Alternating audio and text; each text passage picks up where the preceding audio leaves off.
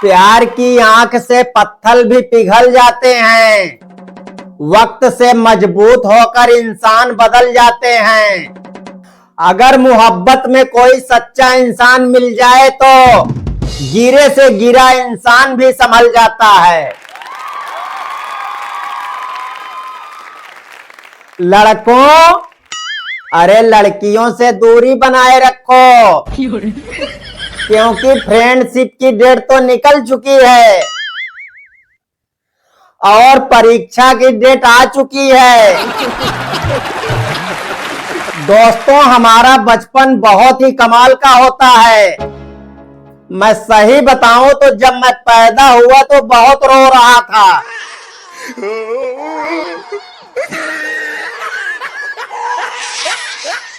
अच्छा, जब मैं थोड़ा बड़ा हो गया तो हमारे पिताजी हमें स्कूल में एडमिशन करवाने ले गए। तो मास्टर साहब बोल रहे हैं, रामलाल ये आपका ही बच्चा है? तो हमारे पिताजी बोल रहे हैं, नहीं गुरुजी आपका है। इतना सुनते ही दोस्तों मुझे टेंशन हो गई। मैं एकदम गुस्से में लाल हो गया कि बताओ, आज तक हमें किसी ने बताया नहीं कि आपका असली बाप कौन है। अब मास्टर साहब बोल रहे हैं, बेटा क्या नाम है तुम्हारा? मैं बोला मैं नहीं बताऊंगा। इतना सुनते ही मेरे पिताजी गुस्से में बोल रहे हैं, बता जल्दी, जल्दी बता नहीं तो आज घर पे तेरा चमड़ा निकाल लूंगा। अब मास्टर साहब बोल रहे हैं, बता बेटा बता दे। मैं बोला मैं नहीं बताऊंगा।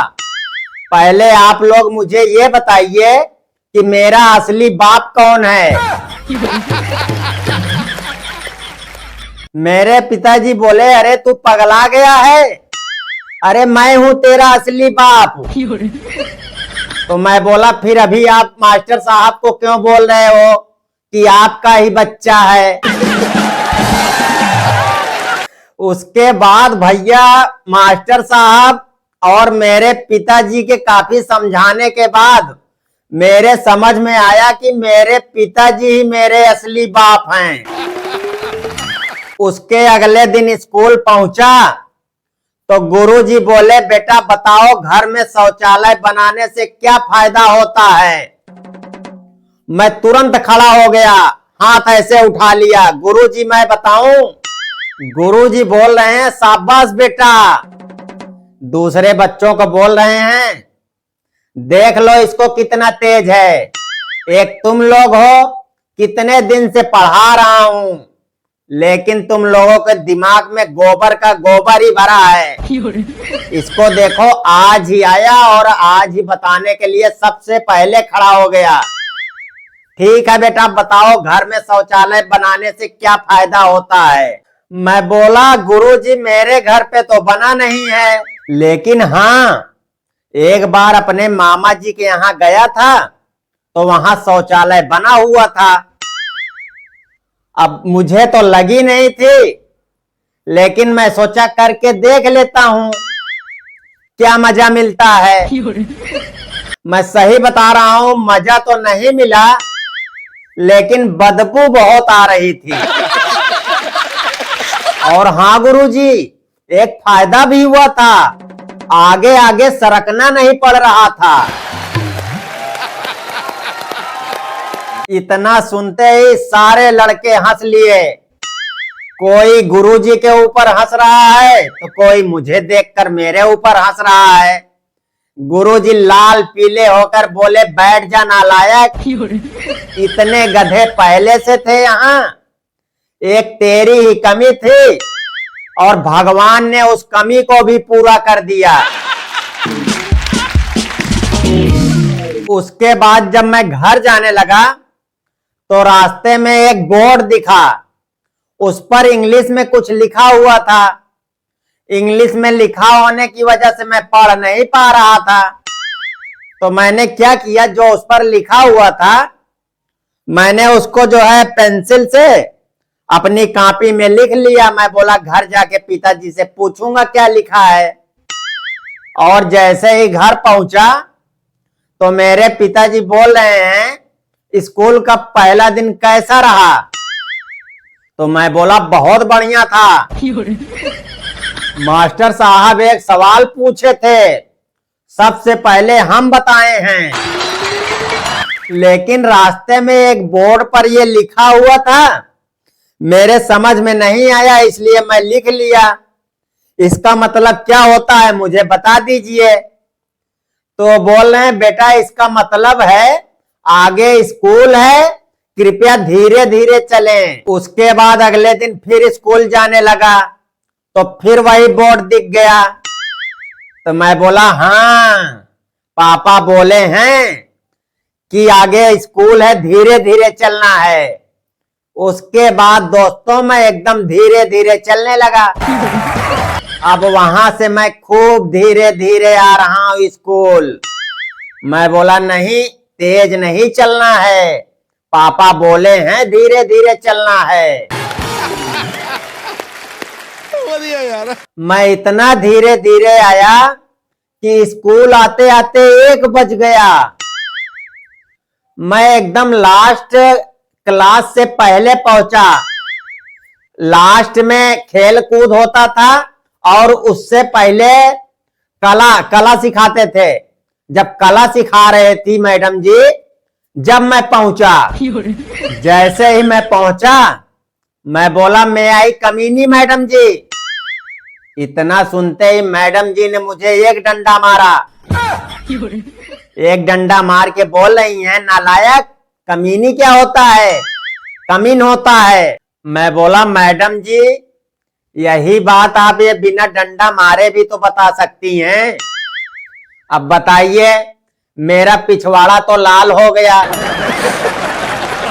मैडम जी बोली चल ठीक है, अब बता देर से क्यों आया? मैं बोला मैडम जी आगे बोर्ड लगा हुआ है कि आगे स्कूल है, कृपया धीरे धीरे चलें, इसीलिए मैं धीरे धीरे आ रहा था और इसीलिए देर हो गई। तो मैडम जी गुस्से में बोल रही हैं ये बात तुझे किसने कहा कि आगे स्कूल है तो धीरे धीरे स्कूल आओ? तो मैं बोला मैडम जी ये बात मुझे मेरे पिताजी ने बोला। तो बोली ठीक है तू जाके पीछे बैठ जा, लेकिन हाँ कल अपने पिताजी को लिवा कराना स्कूल। उसके बाद फिर मैडम जी चली गई।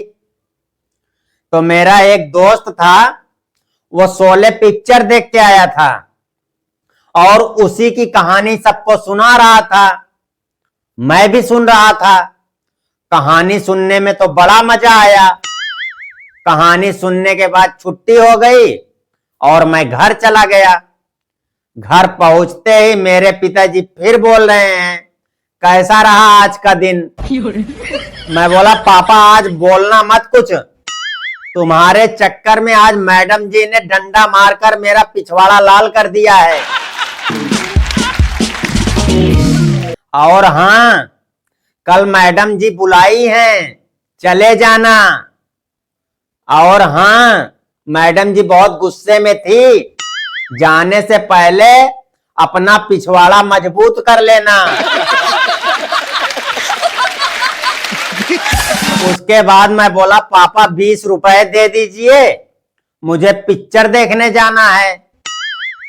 इतना सुनते ही मेरे पापा बोलते हैं अरे सुनती हो, ये देखो बाबूजी पिक्चर देखने जाएंगे।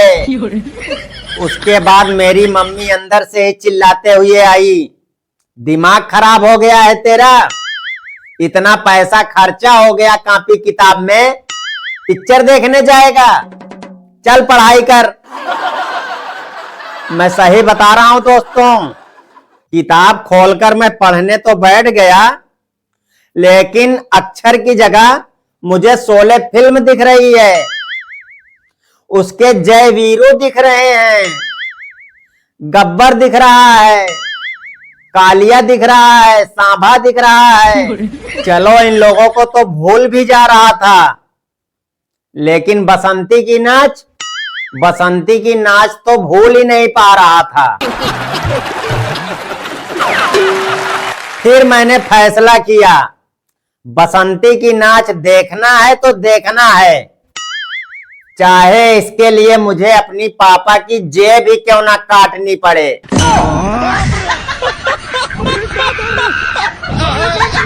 फिर क्या था, गर्मी का दिन था, दोपहर का समय था।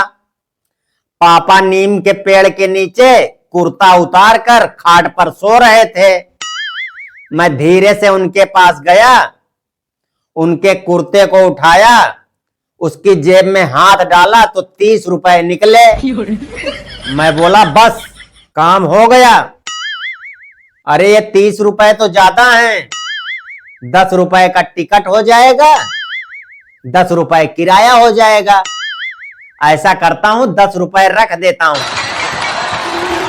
सिनेमा हॉल पहुंचा, एक भैया से बोला अंदर जाना है, कैसे जाएं? वो बोला वहां एक छेद है, 10 रुपए रख कर अंदर हाथ घुसेड़ो, लाल कागज आता है। अब वो लाल कागज मिलते ही मैं एकदम खुश हो गया। मैं वो लाल कागज लेके अंदर जाने लगा, लेकिन गेट पर ही मुझे एक आदमी ने रोक लिया, बोला टिकट टिकट। मैं बोला भैया वहां एक छेद है, 10 रुपए रख कर ये लाल कागज ले लो। वो बोला अबे साले मैं यहां टिकट चेक करता हूं, अपना टिकट दिखा। मैं बोला अच्छा, तो ऐसा बोलो ना कि तुम टिकट चेक कर रहे हो, तुम्हें क्या लगता है मैं बिना टिकट जा रहा हूं? ये लो देखो। वो टिकट लिया और थोड़ा फाड़ दिया।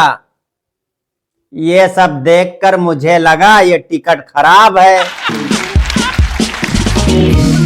उसके बाद मैं फिर से उसी खिड़की के पास गया और जिसने टिकट दिया था उसको बोला अबे साले इधर देख, लुंगी पहने हैं तो ये मत समझो कि मैं चूतिया हूं। साले खराब टिकट देकर चूतिया मत बनाओ। पिक्चर चालू होने वाली है, सही टिकट जल्दी से दे दो मुझे। वो बोला अरे मेरे बाप, तू अंदर जाकर पिक्चर देख, वो टिकट ऐसे ही फाड़ के चेक करता है, टिकट तेरा सही है। अंदर पहुंचा तो आधी पिक्चर निकल चुकी थी। जब पहुंचा तो बसंती घोड़ा दौड़ा रही थी, गदगद गदगद गदगद गदगद। मैं बोला अरे भागो, घोड़ा निकल के कहीं कुर्सी पर ना आ जाए। बगल में एक चाचा बैठे थे, वो बोले बैठो यार सिनेमा है। मैं बोला चाचा आपको पता है सिनेमा है, मुझे पता है सिनेमा है, उस घोड़े को थोड़ी नहीं पता कि सिनेमा है। अच्छा आगे धर्मेंद्र को उसाला गब्बर ऐसे बांध दिया रस्सी से, ऐसे। ये सब देख के मुझे इतना गुस्सा लगा ना, मैं सही बता रहा हूं, मेरा एकदम खून खौल गया। अगर वो गब्बर मुझे कहीं मिल जाता ना तो उसके पीछे मैं अपना कुत्ता दौड़ा देता और उसका कुत्ते से पिछवाड़ा कटवा देता। अच्छा अब धर्मेंद्र को रस्सी से बांध के बसंती को बोलता है ए छमिया नाचो तुम। अब धर्मेंद्र बोल रहे हैं बसंती इन कुत्तों के सामने मत नाचना, मैं तुम्हारा पति धर्मेंद्र बोल रहा हूं, नाचना मत, बिल्कुल मत नाचना, मैं तुम्हें बोल रहा हूं बिल्कुल मत नाचना। मैं सही बोल रहा हूं दोस्तों, 3-4 बार तो मैं बर्दाश्त कर लिया। उसके बाद मैं बोला क्यों नहीं नाचना, ये देखो टिकट लिया है। बसंती की नाच देखने के लिए पापा की जेब से पैसा चुराना पड़ा और तुम बोल रहे हो बसंती नाचना नहीं, क्यों नहीं नाचेगी? मैं बोला बसंती सुन लो, तुम्हें नाचना ही पड़ेगा, मैं बहुत दूर से आया हूं, ये देखो मेरे पास टिकट भी है, टिकट भी लिया है मैंने, ज्यादा दिक्कत हो तो सांभा, कालिया और गब्बर को हटा दो, इनके पास टिकट भी नहीं है और मेरे पास तो टिकट भी है, ये देखो, नाचना ही पड़ेगा।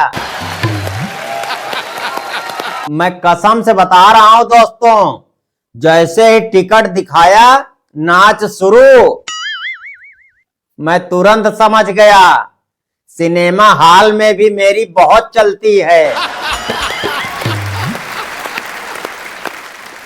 इसके अगले भाग में आपको देखने को मिलेगी परीक्षा, जिसमें नकल भी होगी, पेपर भी लीक होगा और भी बहुत कुछ, बहुत मजा आएगा।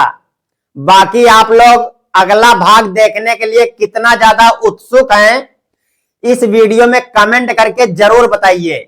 जितना ज्यादा आप लोग कमेंट करेंगे, लाइक करेंगे, इसका सेकंड पार्ट उतनी जल्दी आएगा। और हाँ, जो लोग भी इस चैनल पर पहली बार वीडियो देख रहे हैं, इस चैनल को सब्सक्राइब करके बेल आइकन को ऑल पर प्रेस कर दीजिए, ताकि अगला पार्ट जैसे ही अपलोड करूं आपके पास नोटिफिकेशन सबसे पहले पहुंचे। बाकी मिलते हैं अगले पार्ट में या किसी और वीडियो में, तब तक के लिए राधे राधे।